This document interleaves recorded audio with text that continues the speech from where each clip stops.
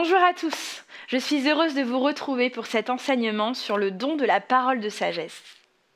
Nous verrons aujourd'hui que ce don sert à consolider notre foi dans certaines situations, mais aussi à maximiser l'impact de notre service pour Dieu.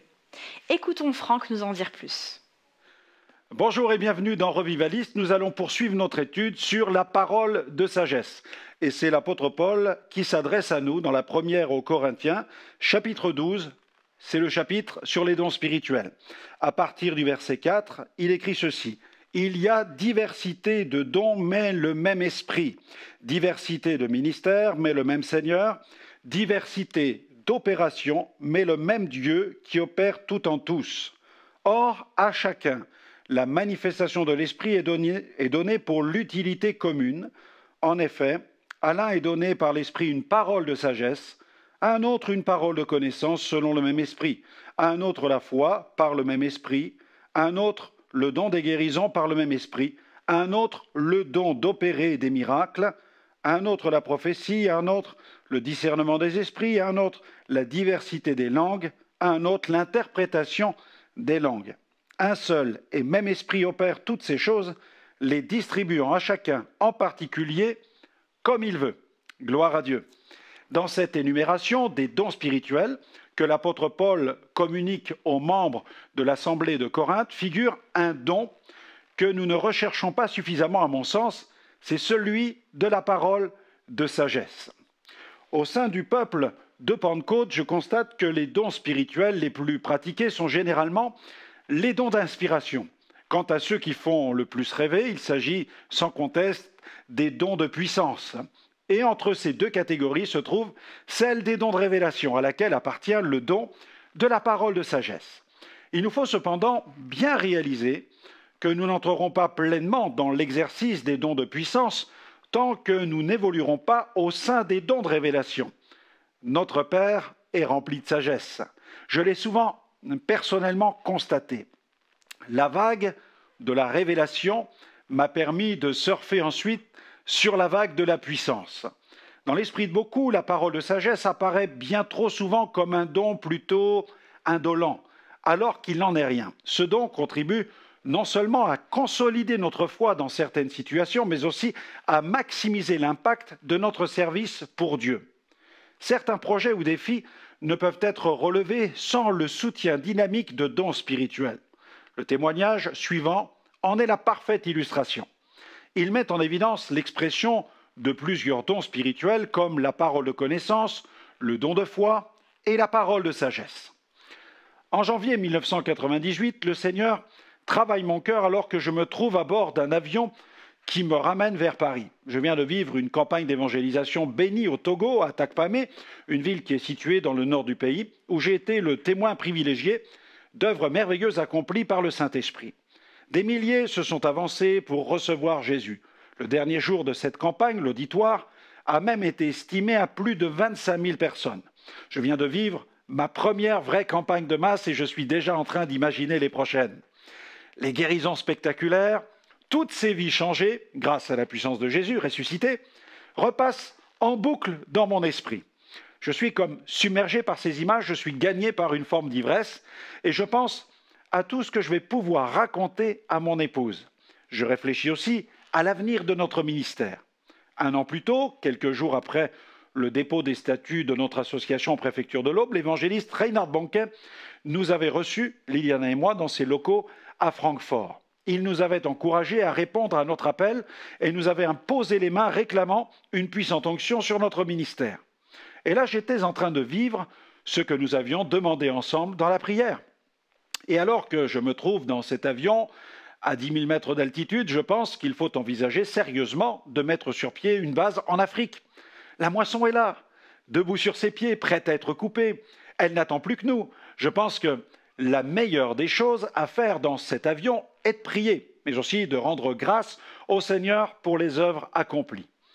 Mais après quelques minutes, alors que je suis en prière, une vision s'impose à moi. Je suis saisi, submergé par ce que je vois. J'aperçois dans cette vision une structure mobile complètement équipée, prête à l'emploi pour l'évangélisation. L'outil idéal de l'évangéliste, une moissonneuse, batteuse, moderne. L'image du camion podium est là, facile.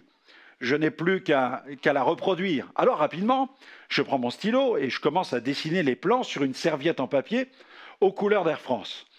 Une étrange sensation prend place dans mon cœur et finit par s'imposer comme une profonde conviction. Cette structure mobile ne doit pas servir en Afrique, mais en France et au sein des pays de la communauté européenne. Et plus cette idée s'impose à moi, plus je réponds dans mon cœur « non ».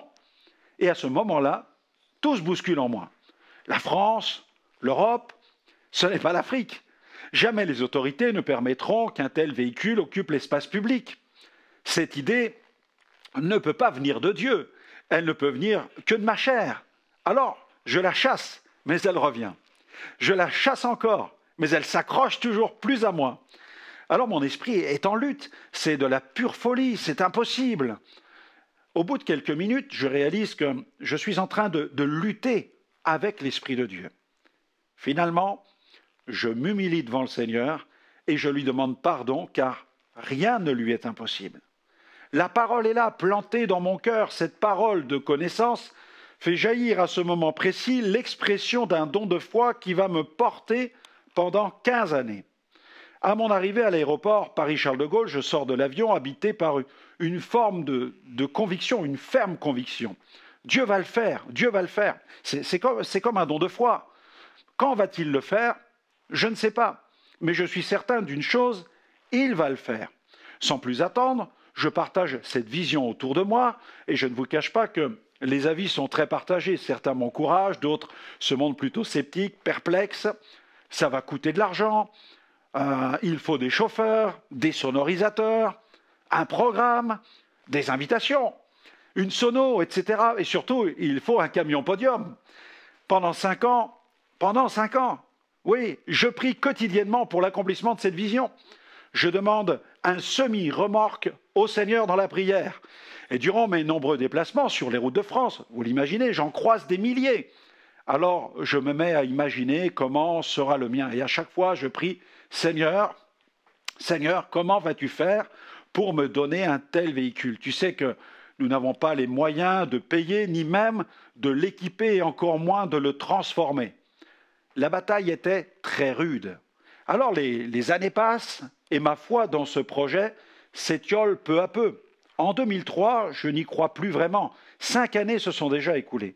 J'essaie de chasser cette idée, de m'en débarrasser, mais elle est toujours là, présente dans mon esprit. En fait, la vision m'habite. Et la réponse va venir de Jérusalem. En effet, cette année-là, je suis invité à me rendre en Israël où je dois intervenir comme orateur dans le cadre de la conférence mondiale francophone. Je vois des belles choses dans mon ministère d'évangéliste et je rends grâce à Dieu pour cela. Mais il y a comme une zone d'ombre qui demeure, cette vision qui ne se réalise pas. Et bizarrement, au lieu de la terre, je ne cesse d'en parler autour de moi. J'en parle même dans mes prédications. Et ce soir-là encore, à Jérusalem, alors que je prêche sur l'urgence de l'évangélisation, je ne peux m'empêcher de parler une fois de plus de cette vision qui brûle dans mon cœur. Au moment de l'appel, les gens s'avancent en nombre devant l'estrade. Les cœurs sont bouleversés, le mien aussi, à tel point que je réponds à mon propre appel. Je me mets à genoux devant Dieu et je craque. J'ai besoin de répandre mon cœur devant le maître de la moisson. Je me tiens maintenant aux pieds du Seigneur, le suppliant d'ôter cette vision de mon esprit. Je lui demande littéralement de m'en libérer. Cela dure depuis trop longtemps, 5 ans. Peu à peu, ceux qui viennent de répondre à cet appel retournent à leur place. Et alors que je me relève, une personne s'approche de moi et m'explique qu'elle a été interpellée par mon message et par la vision que le Seigneur m'a donnée. Elle me tend une carte de visite, celle d'une société de transport dont elle connaît bien le patron. Peut-être vend-il des semi-remorques d'occasion. Je remercie cette personne et je glisse la carte de visite dans la poche de mon pantalon. De retour en France, je me décide enfin. J'appelle ce chef d'entreprise car il faut que je sache. Je dois savoir si Dieu est dans l'affaire. Je compose son numéro et l'homme répond. Il est au volant de sa voiture et il se trouve en Allemagne. Je lui explique immédiatement que je n'ai aucune intention de lui faire perdre son temps, que je serai très bref. Il accepte de m'écouter. En moins d'1 minute, je lui partage ce que je pense être une vision de Dieu. Après un temps de silence, Très court, l'homme d'affaires m'explique que le Seigneur lui a déjà montré que plusieurs de ces véhicules étaient appelés à servir la cause de l'Évangile.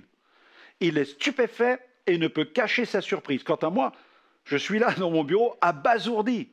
Jusqu'à ce moment de la conversation téléphonique, tout est formidable, mais il me faut tout de même aborder la question sensible du prix, sachant que je n'ai même pas de quoi changer la moindre roue de ce véhicule super lourd. J'ai alors l'idée de lui demander de me faire, entre guillemets, un prix missionnaire, si vous voyez ce que je veux dire. Il pourrait peut-être m'accorder un prix spécial, un rabais, mais sa réponse est immédiate. Il me dit « C'est tout décidé, pour vous ce sera gratuit, je vous le donne ». Quand ces mots résonnent dans le téléphone, je suis sonné, je n'en crois pas mes oreilles. En moins d'une seconde, la vision reçue 5 années auparavant devient tout à coup réalité. Début 2004, le véhicule arrive à Troyes. Un membre de notre assemblée, qui est à la tête d'une entreprise spécialisée dans la métallosoudure, se propose de modifier la remorque. La phase transformation peut alors commencer. Ce chef d'entreprise sera une immense bénédiction pour notre ministère. 13 mois seront nécessaires pour que le camion Podium soit opérationnel. Et en 2005, la structure prend enfin la route. Il y a eu une parole de connaissance, il y a eu le don de foi. Mais dès ce moment, avec l'équipe Gospel Vision, nous relevons des défis d'évangélisation et nous expérimentons de grands frissons. Des impacts en plein air sont tenus dans plusieurs villes de France, mais aussi en Belgique, en Allemagne, en Espagne. En 2009, la structure mobile quitte même la zone européenne pendant 6 semaines pour sillonner l'Ukraine jusqu'à la mer d'Azov. Plusieurs évangélistes français, internationaux, accompagnés de leurs équipes, exercent leur ministère sur notre structure. Des milliers d'âmes ont l'opportunité d'entendre la bonne nouvelle présentée de façon pertinente. Des ministères d'évangélistes francophones et non francophones, ainsi que de nombreux chanteurs, sont invités à participer à ces campagnes.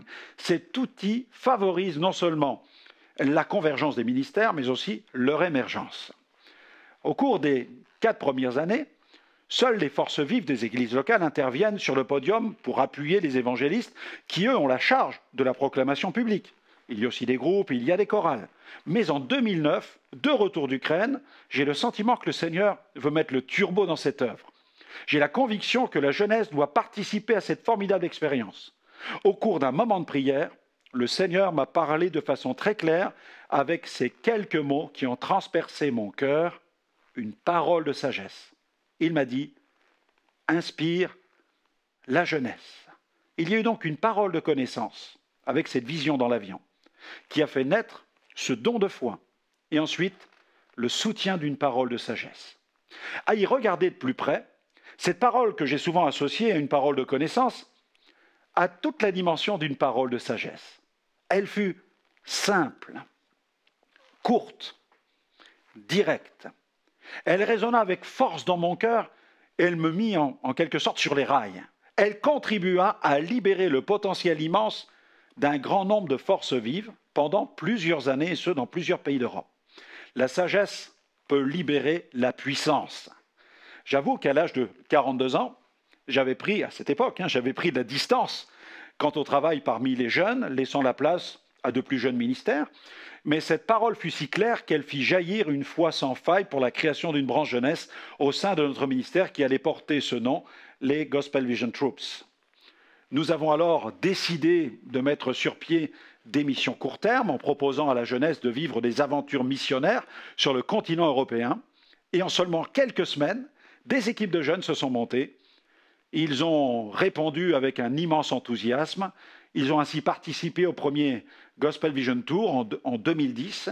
Et au cours des 5 années suivantes, nous avons eu la joie de mettre sur pied 6 tours européens. 2 années de suite, Dieu nous a même permis d'envoyer sur la route plusieurs structures mobiles, parfois jusqu'à 3, et ce de façon simultanée. Plus de 150 impacts publics en plein air ont été tenus en Europe. Des dizaines de milliers d'âmes ont entendu la bonne nouvelle en France, en Allemagne, en Espagne, en Belgique, en Pologne, en Roumanie et en Hongrie. Les jeunes furent les témoins d'un grand nombre d'âmes sauvées, mais aussi de guérisons qui se sont produites dans la rue. De cette activité missionnaire visant la jeunesse ont émergé de véritables leaders qui se sont impliqués dans des églises locales, se sont engagés dans des programmes de formation biblique ou sont entrés dans un ministère. Et puis, en 2015, le Seigneur nous a fait comprendre qu'une parenthèse se fermait. Cette branche de notre ministère s'est arrêtée alors que de nouvelles ont vu immédiatement le jour. Peut-être le Seigneur permettra-t-il qu'un jour s'ouvre une nouvelle parenthèse, mais c'est lui qui décide.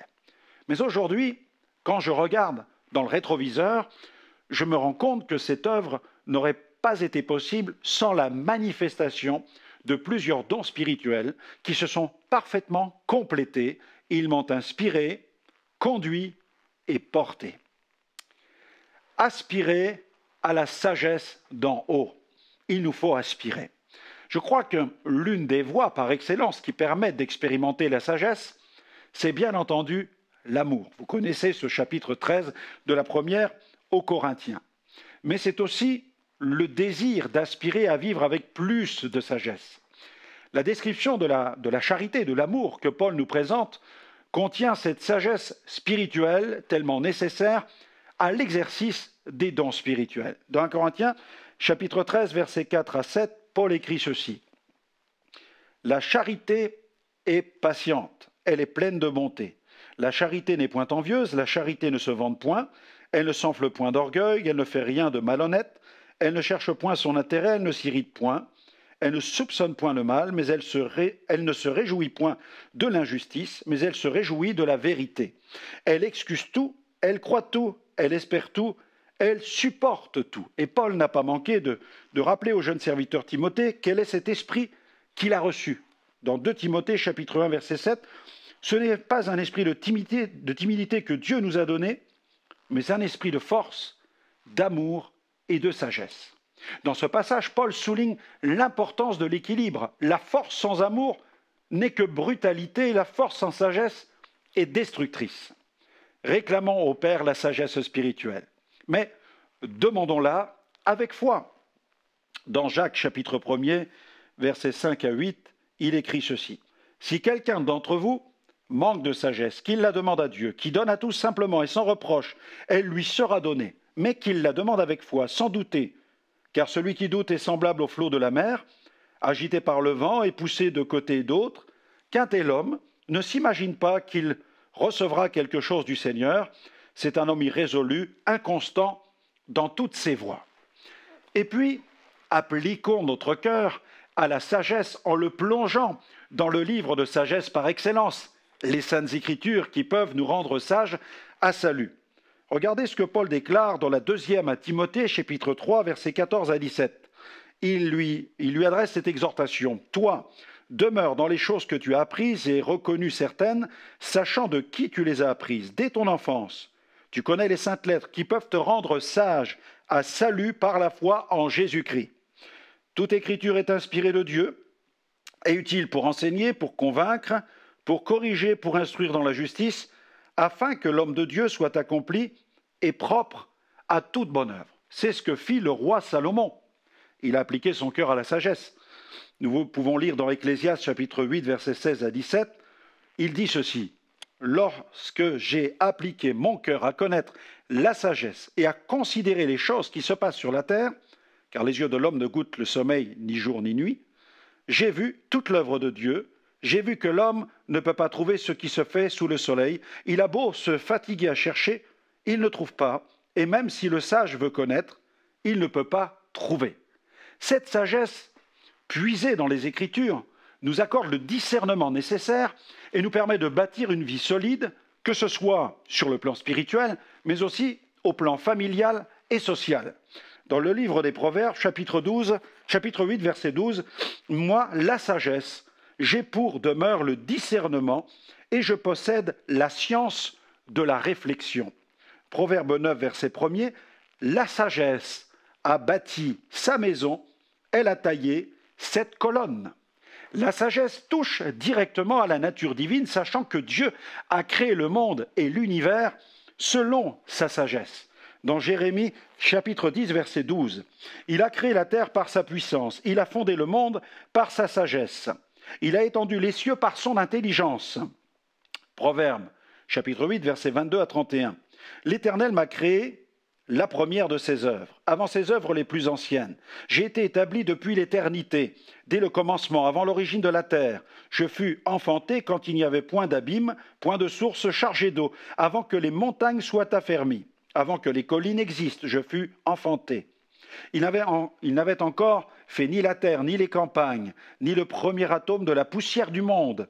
Lorsqu'il disposa les cieux, j'étais là. Lorsqu'il traça un cercle à la surface de l'abîme, lorsqu'il fixa les nuages en haut, et que les sources de l'abîme jaillirent avec force, lorsqu'il donna une limite à la mer pour que les eaux n'en franchissent pas les bords, lorsqu'il posa les fondements de la terre, j'étais à l'œuvre auprès de lui et je faisais tous les jours ses délices, jouant sans cesse en sa présence, jouant sur le globe de sa terre et trouvant mon bonheur parmi les fils de l'homme. Jésus est l'incarnation de la sagesse.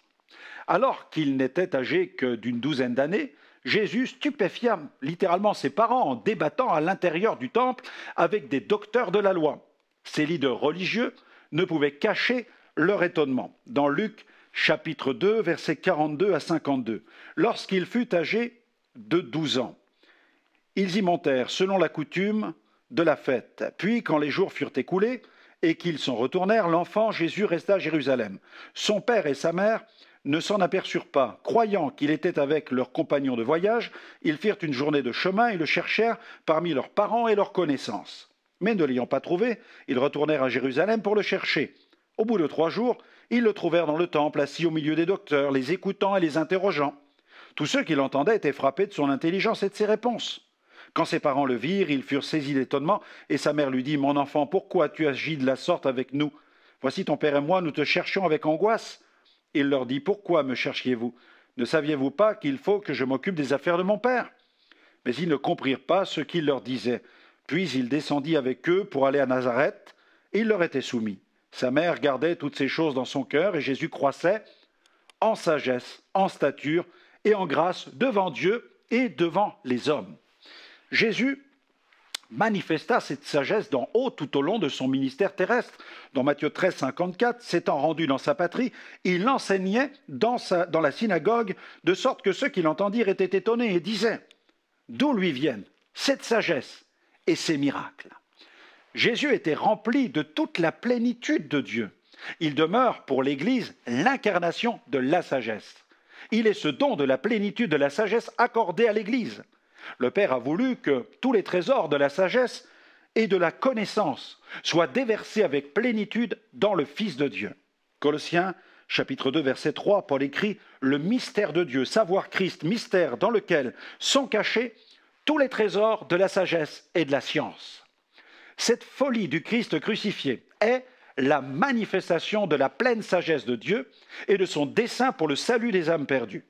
1 aux Corinthiens, chapitre 1er, versets 30 à 31, Paul écrit « Or c'est par lui que vous êtes en Jésus-Christ, lequel de par Dieu a été fait pour nous, sagesse, justice et sanctification et rédemption, afin, comme il est écrit, que celui qui se glorifie dans le Seigneur. » Et nous avons ce passage des Éphésiens, chapitre 1er, versets 4 à 10, où l'apôtre Paul écrit « En lui, Dieu nous a élus avant la fondation du monde, pour que nous soyons saints et irrépréhensibles devant lui, nous ayant prédestinés, dans son amour, à être ses enfants d'adoption par Jésus-Christ, selon le bon plaisir de sa volonté, à la louange de la gloire de sa grâce qu'il nous a accordée en son bien-aimé. En lui, nous avons la rédemption par son sang, la rémission des péchés, selon la richesse de sa grâce, que Dieu a répandue abondamment sur nous, par toute espèce de sagesse et d'intelligence, nous faisant connaître le mystère de sa volonté, selon le bienveillant dessein qu'il avait formé en lui-même, pour le mettre à exécution, lorsque les temps seraient accomplis, de réunir toutes choses en Christ, celles qui sont dans les cieux et celles qui sont sur la terre. Merci beaucoup Franck pour ces témoignages qui témoignent de l'importance du don de la parole de sagesse dans la conduite de nos vies. Soyons à l'écoute et recherchons ce don. À très bientôt et que Dieu vous bénisse. Dans l'esprit de beaucoup, la parole de sagesse apparaît bien trop souvent comme un don plutôt passif, alors qu'il n'en est rien. Ce don contribue non seulement à consolider notre foi dans certaines situations, mais aussi à maximiser l'impact de notre service pour Dieu. Dans ce livre, non seulement Franck Alexandre expose les différents domaines de la sagesse, mais il nous invite aussi à aspirer au don spirituel de la parole de sagesse. Il nous partage aussi quelques expériences incroyables vécues en rapport avec ce charisme dont l'impact a permis à un grand nombre de trouver le chemin du salut.